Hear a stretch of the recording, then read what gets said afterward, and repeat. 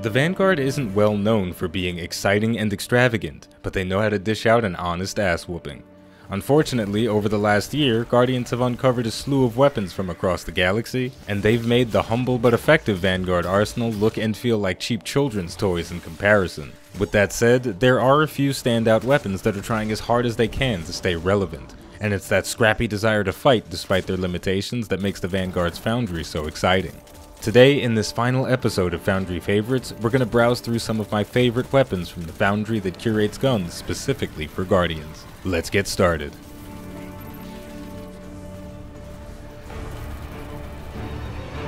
Raw, unapologetic stopping power. That's what you want in a kinetic weapon. The Nameless Midnight has been putting explosive rounds in the faces of minions of darkness for almost a year now, and it's not looking to stop anytime soon.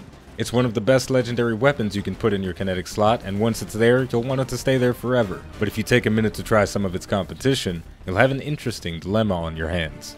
Although the Nightshade Pulse Rifle feels and sounds like a pea shooter instead of a proper gun, it makes up for most of its shortcomings and the shortcomings of this archetype of weapons with the kill clip trait. As far as I'm concerned, there aren't any good lightweight pulse rifles, but the Nightshade will blow a hole in your face if you try to tell it that.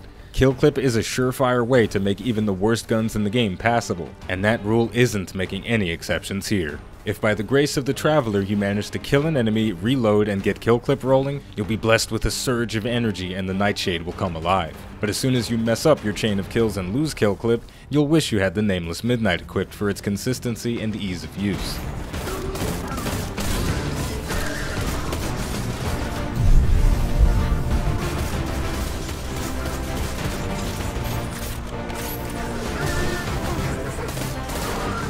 Despite not feeling great unless kill clip is optimized perfectly, the satisfaction of having a lightweight, agile pulse rifle with a flexible selection of optics that's also ripping my enemies new assholes 3 bullets at a time is enough to make me question whether to use the Nightshade or the Nameless. And that's a good thing. It'd be a shame if such a diverse arsenal of weapons was pigeonholed into having one top gun.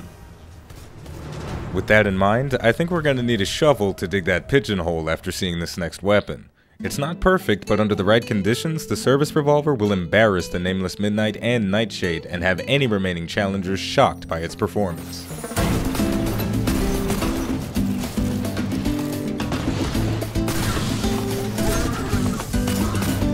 Precision hand cannons like this one pack a solid punch, but they also come standard with several negatives that can only be corrected with top tier perks and traits. All precision hand cannons have miserably slow reload speeds. The Service Revolver has Outlaw. After scoring a precision kill, your reload speed is greatly increased.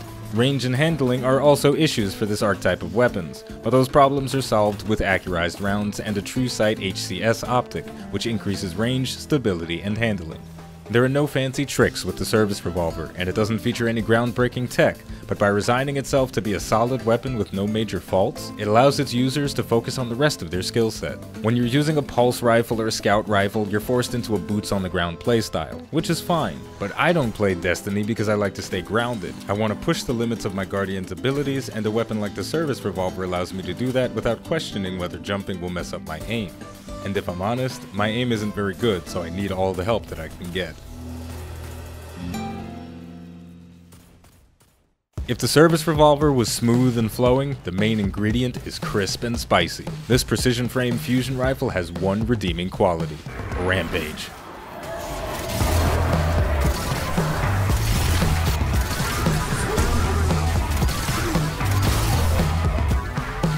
Fusion rifles are the simplest weapons in the Destiny universe despite being the product of some advanced science, and the main ingredient makes your selection of which one to use incredibly easy.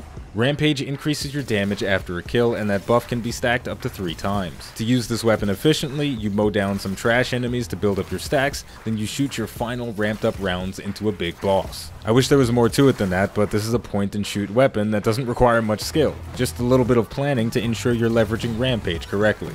In direct contrast with the Service Revolver, this weapon becomes a natural extension of your body as soon as you point it in the direction of your enemies and pull the trigger. So yeah, if you're planning on roasting some bad guys, make sure you've got the main ingredient to ensure they end up seasoned and cooked to perfection.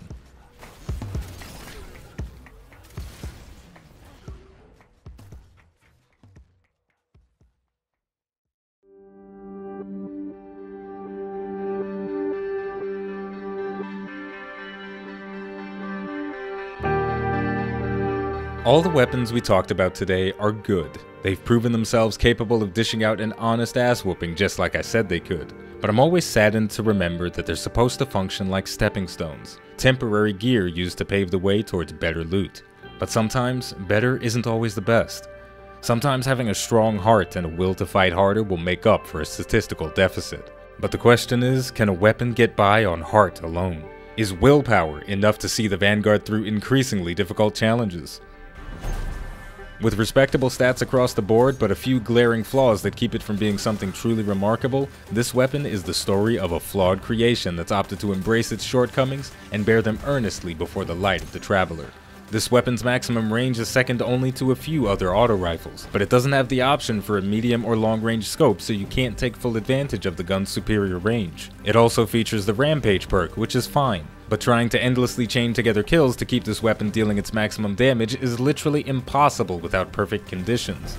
Yet despite those flaws, I'm drawn to it. Despite all the signs pointing myself and other Guardians towards bigger and better guns, and the definitive proof that this weapon can be surpassed, it continues to find its way onto battlefields, and it continues returning with a terrifying body count. So the answer to my question is yes, a weapon can get by with heart and willpower, and that's why the Vanguard's arsenal is so strong.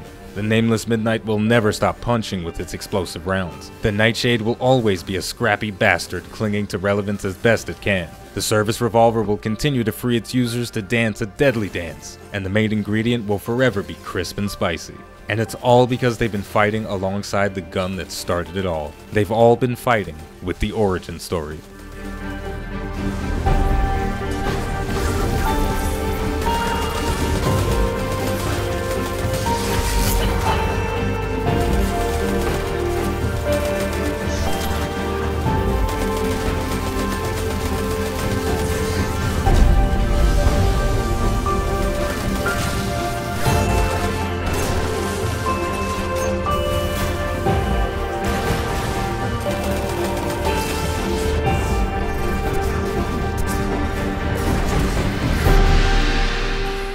In a future that will be ruled by God-rolled weapons tailored perfectly to your playstyle and the rigors of combat, the origin story and the rest of the Vanguard's arsenal in its current form will fade into the background.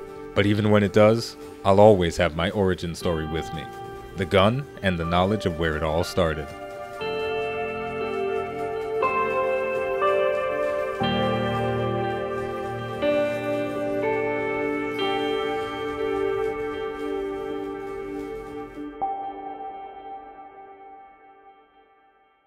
And there we go, that's gonna wrap up the final episode of Foundry Favorites, but don't worry, Destiny 2 is launching its first expansion pack, Forsaken, pretty soon, and there are gonna be a lot more guns for me to explore and make cool videos about, so stay tuned for that. With all of that said, the name of the game, of course, it's Destiny 2. The name of the channel is iBluairJgR. If you enjoyed this video, don't forget to like, subscribe, and leave a comment. Let me know how you feel about the origin story. Are you going to use it in Forsaken even when there are cool new guns out there, or are you going to let it remain a relic of the past? Thank you for watching, and I'll see you next time.